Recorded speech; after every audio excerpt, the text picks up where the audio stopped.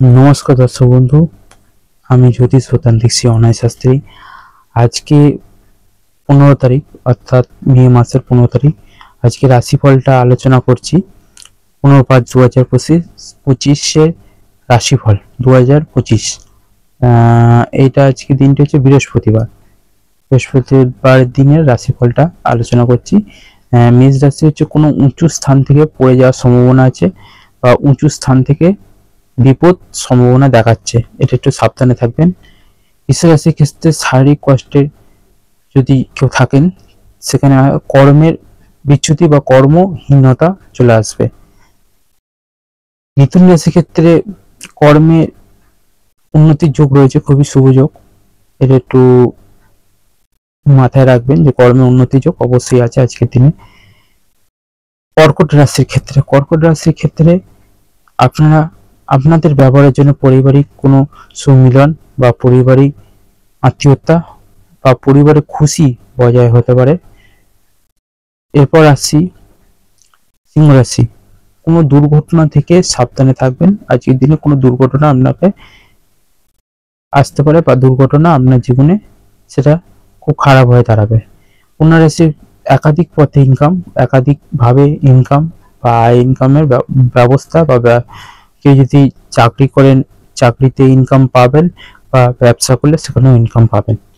আর তুলা রাশির ক্ষেত্রে শিল্পকলা যাদের সঙ্গে যুক্ত আছেন, যারা শিল্পী আছেন, তারা শিল্পী কলায় অর্থাৎ শিল্পকলায় সেই জায়গাটায় আপনারা আগ্রহ বৃদ্ধি পাবেন।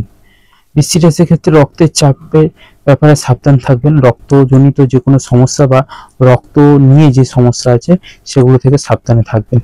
ধনুরাশির ক্ষেত্রে চিকিৎসার জন্য খরচ বাড়তে পারে। চিকিৎসা আপনারা যারা রোগ ভোগ ভুগছেন তাদের জন্য সেটা ব্যয় বাড়তে পারে, চিকিৎসার জন্য খরচা বাড়তে পারে। মকর রাশির ক্ষেত্রে পড়াশোনার ক্ষেত্রে সুনাম বাড়তে পারে।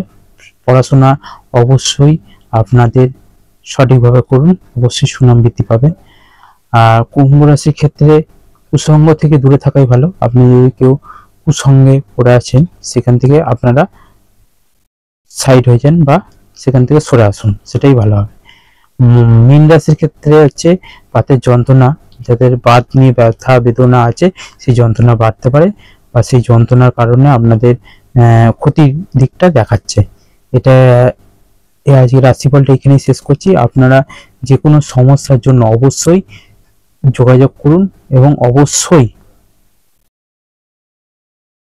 অবশ্যই আপনারা নির্দ্বিধায় ফোন করুন 9007859996 7439695331 এই নম্বরে। তো আজকে এখানে অনুষ্ঠানটা শেষ করছি। আপনারা সবাই ভালো থাকবেন। আবারও বলি, আমার কনসালটেন্সি চার্জ দিয়ে যদি আপনারা দেখাতে চান, অবশ্যই আমার চেম্বারে আসবেন, চেম্বারে বুকিং করাবেন।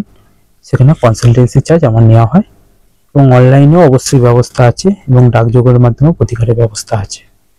সবাই ভালো থাকবেন। জয় গুরু বামদেব, জয় মাতারা।